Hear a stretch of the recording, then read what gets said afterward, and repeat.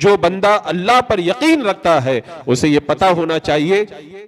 کہ اللہ تبارک و تعالیٰ نے ہمارے مقدر کے اندر جتنا نفع لکھا ہے ساری دنیا مل کر کے اگر اس میں سے ایک ذرہ برابر نفع کو گھٹانا چاہے تو نہیں گھٹا سکتی، اور اللہ تبارک و تعالیٰ نے ہماری زندگیوں کے اندر جو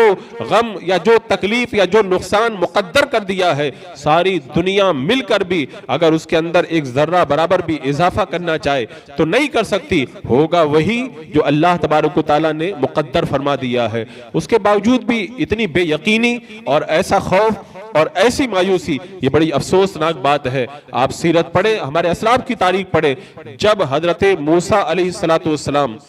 اپنے بنی اسرائیل امتیوں کو لے کر کے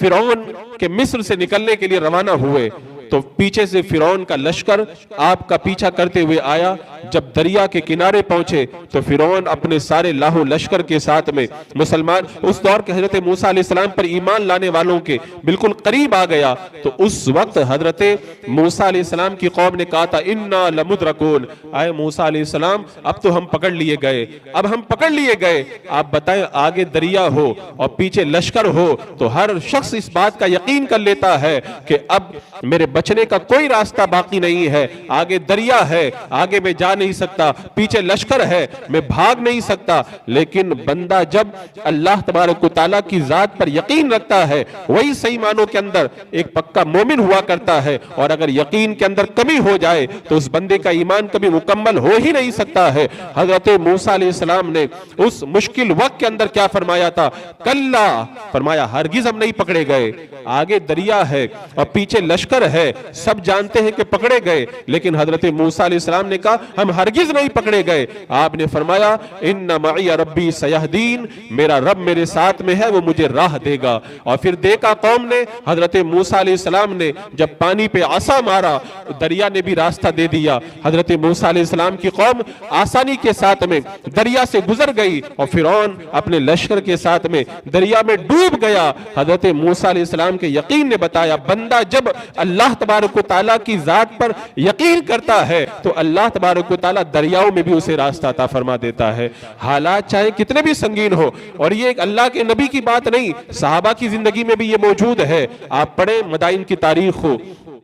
جب حضرت سعد ابن ابی وقاص رضی اللہ تعالیٰ عنہ جو صحابی رسول ہیں اور کئی علاقوں کو فتح کرتے کرتے شہر مدائن کے قریب پہنچے جو ان کا سب سے بڑا پاورفل شہر تھا، تو اس وقت مدائن کے جب دریا کے قریب حضرت سعد ابن ابی وقاص رضی اللہ تعالیٰ عنہ صحابہ کرام کو لے کر کے پہنچے ہیں تو ایرانیوں نے جتنے بھی دریا کے اندر پل تھے سب کو توڑ دیا، ساری کشتیوں کو ہٹا دیا اور دوسری طرف وہ لشکر جمع کر کے کھڑے ہو گئے۔ اب بتائیں ایسے حالات کے اندر جبکہ نہ کوئی کشتی ہو نہ کوئی پل ہو اور دوسرے کنارے کے اوپر لشکر پوری تیاری کے ساتھ میں جنگ کے لیے تیار ہو، کون یہ یقین کر سکتا ہے کہ شہر فتح ہو جائے گا؟ حضرت سعد ابن ابی وقاص رضی اللہ تعالیٰ عنہ جب دریا کے کنارے پہنچے تو آپ نے فرمایا کہ چلو اللہ کا نام لے کر کے ہم دریا پار کرتے ہیں۔ اللہ کی ذات پہ بندہ یقین رکھے تو پروردگار عالم کیسے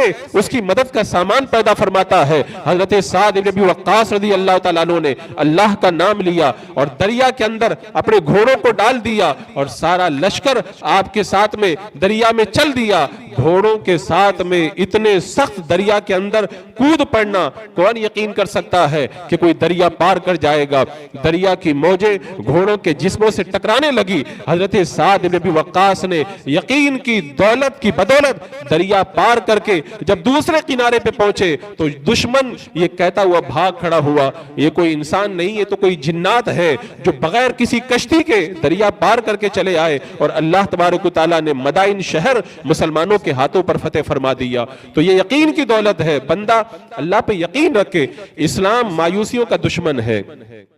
اسلام کبھی بھی اپنے ماننے والوں کو مایوس ہونا سکھاتا ہی نہیں ہے۔ اسلام کے اندر یقین کی وہ دولت پائی جاتی ہے۔ بندہ جب کلمہ پڑھ کے مسلمان ہو جاتا ہے تو پھر اللہ تبارک و تعالیٰ کا یہ فرمان ہے اِنَّا لَنَنْصُرُ رُسُلَنَا وَالَّذِينَ آمَنُوا فِي الْحَيَاةِ الدُّنْيَا وَيَوْمَ يَقُومُ الْأَشْهَادُ، بے شک ہم مدد کرتے ہیں مومنوں کی اور نبیوں کی